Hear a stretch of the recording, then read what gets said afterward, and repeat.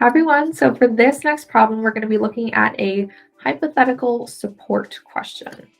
So we call these new context questions because basically what it is they're asking if, which of these findings, if true, would support a certain claim.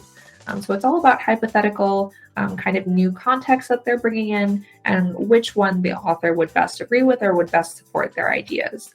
So we always want to do process of elimination for this one, make sure we're comparing all of our answer choices and figuring out which one is the best fit, and making sure that all parts of the answer are supported at least by the passage.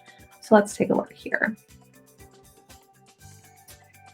So again, like I just said, we have the question here, which looks like this. So which finding, if true, would most directly support the student's claim? Okay, so if we're thinking about the student's claim, we need to figure out what that is. So let's read our little passage here. So born in 1891 to a Quechua-speaking family in the Andes Mountains of Peru, Martin Chamby is today considered to be one of the most renowned figures of Latin American photography. In a paper for an art history class, a student claims that Chamby's photographs have considerable ethnographic value. In his work, Chamby was able to capture diverse elements of Peruvian society, representing his subjects with both dignity and authenticity. All right, so let's think about the student's claim here. So claims that the photographs have considerable ethnographic value.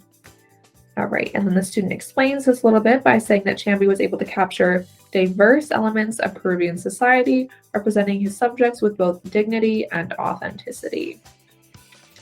Okay, so the student is talking about how this photographer has a lot of ethnographic value in his work, meaning he represents a group of people very well and kind of exposes other people to that culture.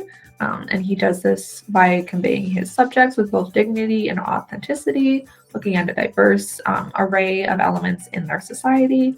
So yeah, let's take a look at our options here. So we have A. Chamby took many commissioned portraits of wealthy Peruvians, but he also produced hundreds of images carefully documenting the peoples, sites, and customs of indigenous communities of the Andes. All right, what do we think about this choice? Does it seem to be supported by the student's claim? So yeah, I think this one seems like a good potential choice because it talks both about wealthy Peruvians, but then also the people, sites, and customs of indigenous communities. So in terms of this idea of diverse elements of society, it definitely seems like this supports that idea. So let's take a look at our other options. We have B. Chamby's photographs demonstrate a high level of technical skill, as seen as his tragic use of illumination to create dramatic light and shadow contrasts. What about this choice?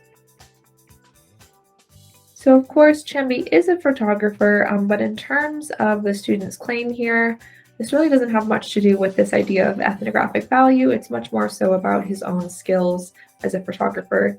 So B would not be the best choice. But with C, during his lifetime, Chamby was known and celebrated both within and outside his native Peru, as his work was published in places like Argentina, Spain, and Mexico. All right, so with this one, let's see what we think. So this one, again, really seems to place the stress on Chamby and like where he was celebrated, which is in a kind of diverse group of areas, Argentina, Spain, and Mexico, but still not really talking about the student's claim, again, of his ethnographic value in his work. So we can get rid of C. Lastly, we have D. So some of the peoples and places Chamby photographed had long been popular subjects for Peruvian photographers. Okay, so maybe that could be relevant, maybe not. But in terms of specifically supporting the student's claim and what he mentions, we're going to get rid of D here because, again, even if they were popular subjects up for Peruvian photographers, in some ways it almost even contradicts the idea that his work really had value, because if it had been photographed a long time and a lot and constantly, then it wouldn't really make sense that his work would have value. But even so, it's still not specifically talking about what value that they had and specifically, so we can get rid of D, which leaves us with A, and we already decided that A has a lot of good points, so A is going to be our answer.